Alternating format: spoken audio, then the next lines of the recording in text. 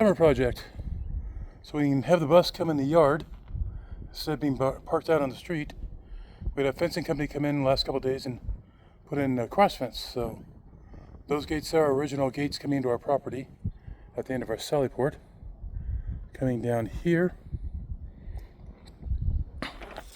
we have a mini Sallyport put in so we can just park the car here and then walk in with our groceries or with a dog or whatever. And then all the way down to the fence line of the storage area. Then when it rains and the ground gets moist enough, I'll be carrying out all the old Sallyport and all that fence over there. And then I'll probably be pulling those poles inside there, which used to be, I originally put in to have a show ring in the front yard, level spot. So when it rains, those will come up, those poles will come out, and those poles down there will come out. And then I'll have extra poles again.